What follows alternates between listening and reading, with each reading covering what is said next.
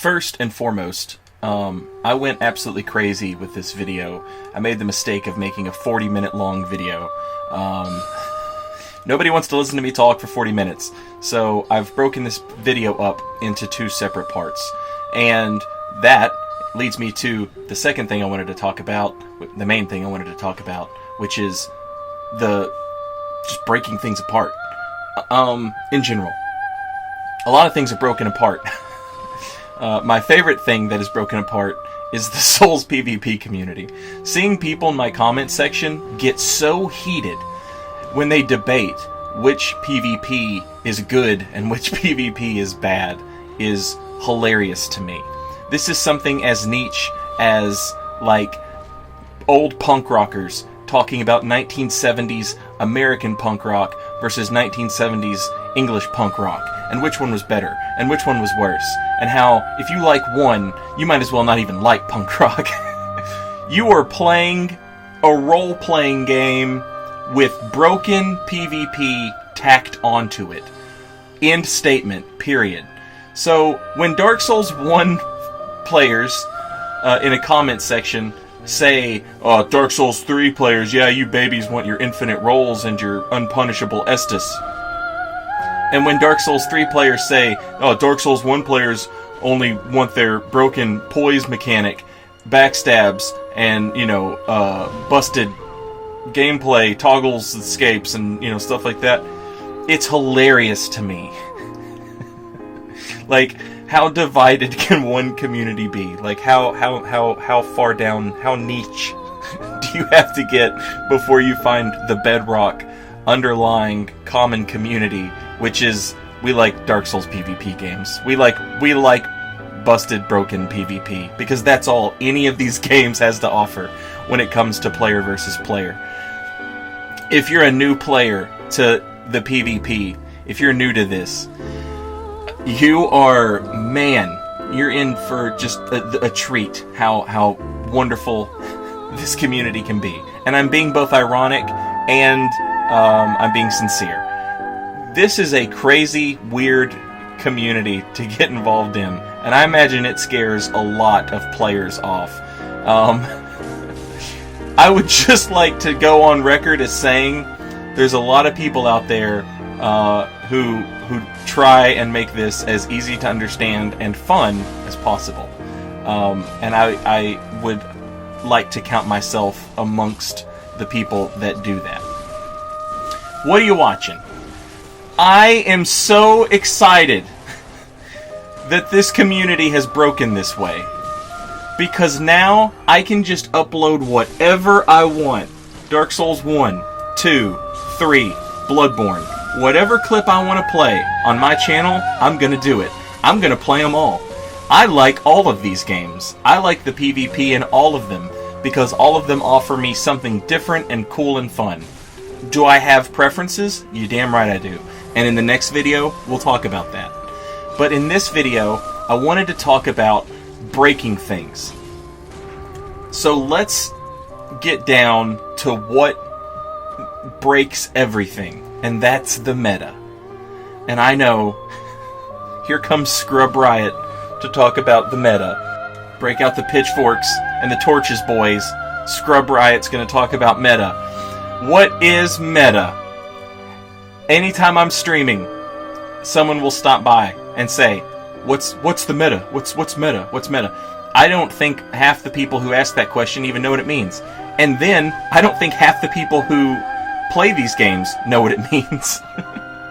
I don't think the people who actually do it are aware. What is meta? I will tell you what is meta. Meta for Dark Souls is where people agree to stop leveling for the purpose of having duels. And in Bloodborne, Dark Souls, whatever. That's where everybody agrees to stop leveling up, and that's where we're going to have duels. And if you ever decide to ask someone, hey, how did we come up with this number? The community decided it. That's all the answer you're ever going to get. So, immediately, it's broken. There's nothing wrong with it being broken. There's nothing wrong with the way that it broke. But it's broken.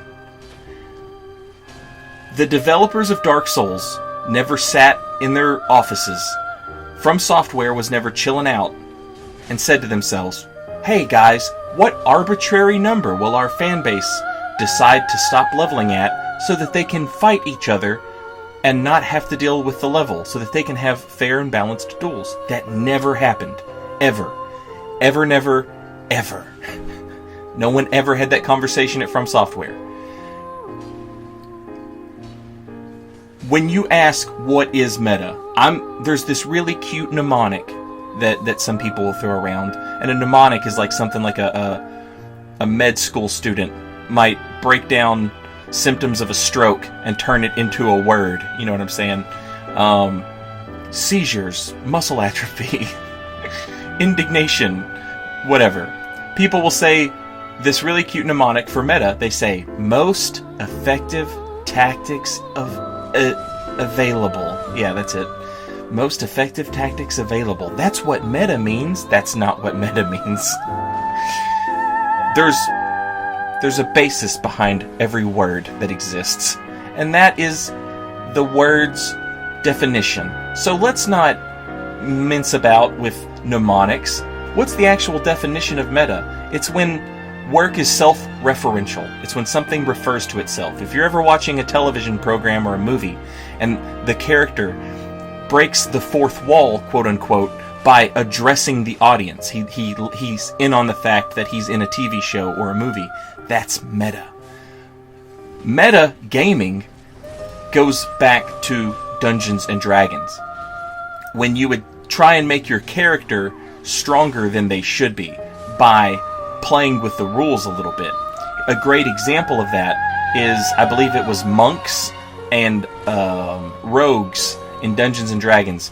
They both have access to a skill. At a certain level, they get a certain skill that allows them to not take any damage if they successfully make a saving throw. Jesus Christ. I'm about to explain Dungeons and Dragons rules to Dark Souls players. Let's say an evil wizard is going to throw a fireball at you. You roll the d20. Roll your 20-sided dice. And if you go high enough and your reflexes are good enough on paper, then you dodge the fireball and you only take half the damage. But if you're a monk or a rogue, you take none of the damage because you have a skill called evasion. Right? If I make a fighter or a warrior and I give him a few levels of monk or rogue, so that he can have that skill, evasion, I better have a good goddamned reason why, or my dungeon master is going to accuse me of metagaming. That's meta. That's metagaming. So when someone asks, what is meta? They can mean two separate things. One, what is the meta level, which in Dark Souls 1 is 120 to 130. In Bloodborne, it's anywhere from 98 to 150. In Dark Souls 2, I believe it's 150, but it doesn't really fucking matter, because soul memory. Now, what do most of those numbers have in common? All except for 98 are above 100. Despite the fact that Dark Souls skill sets change so dramatically in between games. What do I mean by that? In Dark Souls 1, endurance is a stat that governs your stamina. It tells you how much stamina you have. It also governs how much equipment you can carry on your character. So you need to have a certain amount if you want to roll fast, or if you want to have the medium roll. If it's too low, you will fat roll. You'll roll slowly. So endurance covered both of those things. In Dark Souls 2, endurance did not cover both of those things. It only covered your stamina. In Dark Souls 3, it only covers your stamina.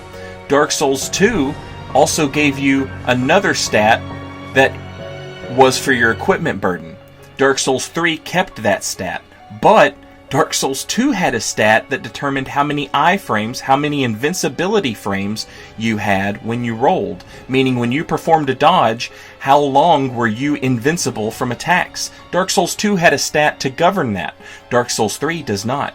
Despite all of this, and despite the fact that Bloodborne doesn't have anything that does any of those things, all of these meta levels are very close to each other. They're all mostly above 100. At what point during your playthrough would you reach soul level 100 in any of these games? In Dark Souls 2 you might hit it, because that game's epic and massive, but you're never going to hit soul level 100 in a Dark Souls 3 regular playthrough. Dark Souls 1 regular playthrough, you're probably never going to hit 100. Bloodborne, you're probably never going to hit 100. So the meta is artificially inflated to a point where people have just agreed to stop, and it can change at the drop of a hat for no reason. This is what you... Okay, this is the important part. If you don't enjoy Dark Souls 1, 2, or 3, or Bloodborne PvP, hear me out when I say this. The game changes when you go to meta level. Dark Souls 1, 2, 3, and Bloodborne each punish the invader for invading. They give the host an advantage because he's supposed to have one. He's the host. They put you at a disadvantage because they know you're going to be better prepared for a fight. So whether it be 30% less health, the ability to summon phantoms, more Estus, being outnumbered because there's already a phantom in the world, the invader will always be at a disadvantage. What he has over that is his preparation.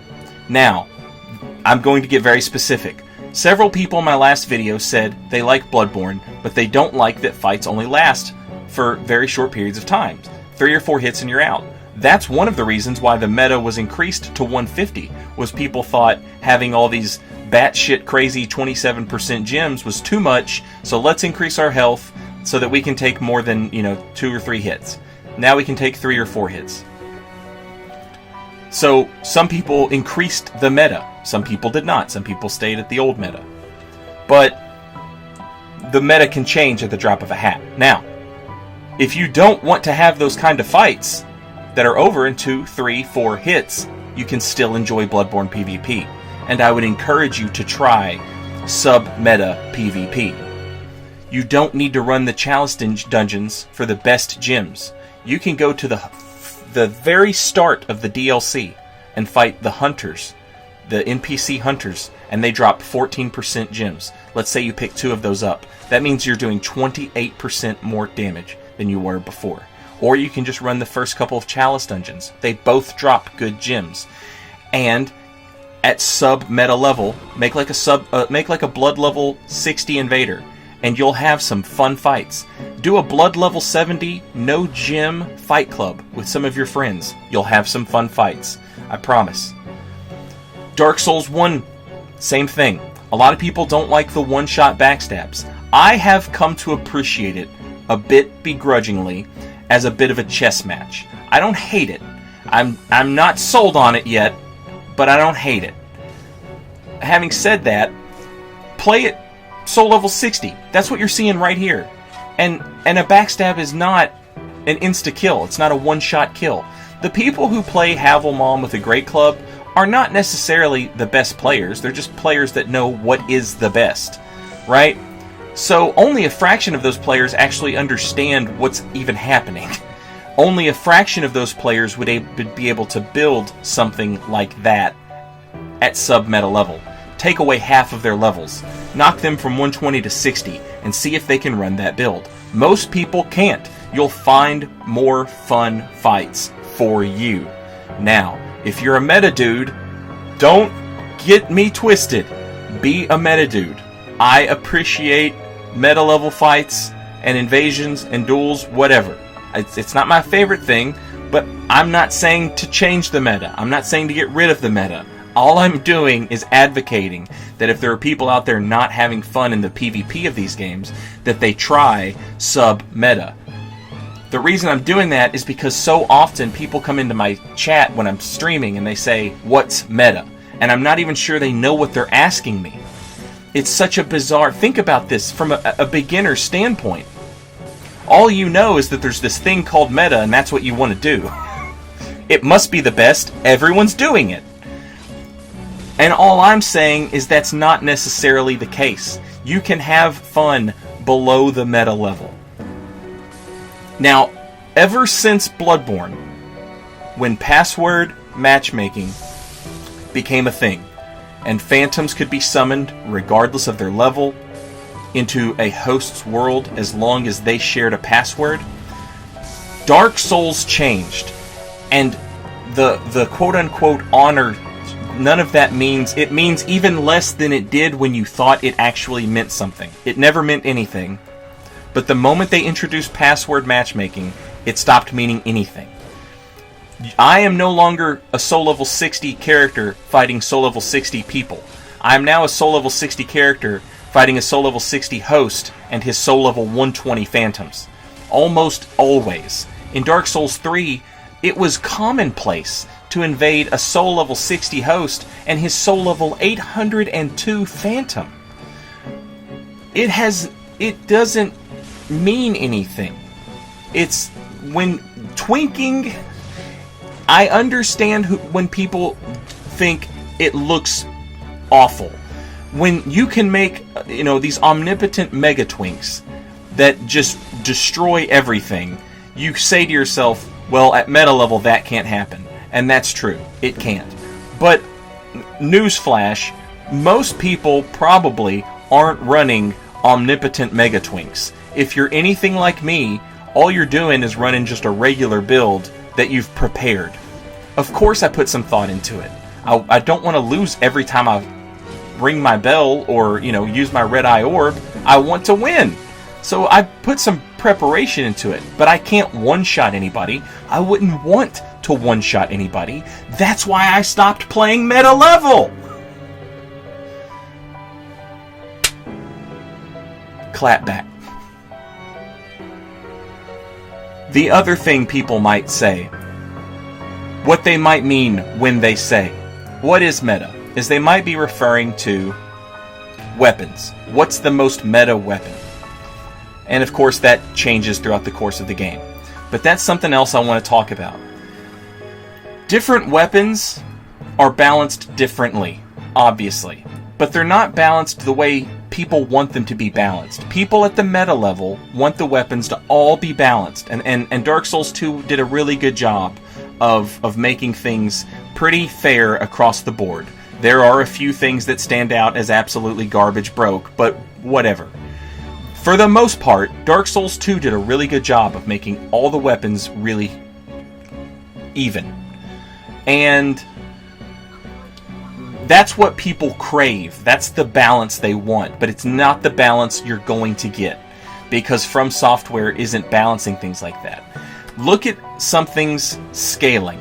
Look at a weapon's scaling. How does it scale with your strength or your dexterity or your intelligence or your faith? You'll see the grade ranking. S through E. And some weapons don't scale very well at all, do they? Those weapons perform better at lower levels. That's where they're meant to be used. That's the balance that has been achieved. Not the balance you want of how come this weapon's just better than the other one. That's meta. How come this weapon's just better than the other one? That's meta. One thing Dark Souls 1 players gripe about, one thing that Dark Souls 1 haters gripe about is they don't feel like they should have to exploit, quote-unquote, the game in order to play PvP. Newsflash, that's all PvP has ever been. It's all it ever will be, is exploiting the PvP. If you think toggle escaping is exploiting the mechanics, then so too is swinging a straight sword or a curved sword in Dark Souls 3. That's meta. That's just the way the game broke. All of these games are broken. They all just broke in different places. Not any of them broke the right way. They just broke the way you liked them to. A person like me, I enjoy the way every one of these games broke. In the next video, I'll talk about some things I think they could have improved on. But for the most part, I've enjoyed every one of these games' PvP experience because I'm not trying to make it something it's not. People like me are not trying to make this PvP something it's not. It's always going to be a broken mess on a P2P connection, on a peer-to-peer connection. Dedicated servers does not mean what you think it means. All it means is the matchmaking takes place on dedicated servers. All the action is still taking place on a peer-to-peer connection. It will always be a latent, quote-unquote, laggy mess. When Dark Souls 1 players complain to Dark Souls 3 players, oh, you just want your unpunishable Estus and your infinite rolls. It's the same thing. It's you're griping about, like, we learned how to roll catch in Dark Souls 3. You know what I mean? Myself and several other people learned how to backstab people who were chugging Estus. Like, you can switch to a bigger weapon and hit someone who drinks Estus. There are ways to punish Estus. There are ways to punish people who roll. Listening to the two sides argue about which broken game is the good one is funny to me. Not only are all the games broken, but even the fan base is broken. And the minds of those fans is even broken. Even the players' minds are broken. You're looking at a soul level 40 invasion, and I'm putting this up here because I want to prove a point. To basically contradict everything I've just said. Don't be worried about going to meta level. Meta level invasions are fun. They're just as fun as anything else. This is soul level 40, and I'm still dealing with Havel Katana, okay? It doesn't matter what level you play at. You're always going to run into the mean, bad, rough ganks in the woods, and Ulasil Township, and a little bit in Anne Orlando. So if you're trying to learn Dark Souls 1 PvP and invasions, and you're trying to kind of ease your foot in there, just avoid those three areas, regardless of what level you choose to play at, whether it be meta, soul level 60, whatever. Just know that those three areas, the woods, Ulasil Township, and Anne Orlando, they're rough. Invasions there feel broken, like the arguments in my comments section, like the PvP in the game we all enjoy, like all of your minds. Broken. And that's meta. Later, y'all.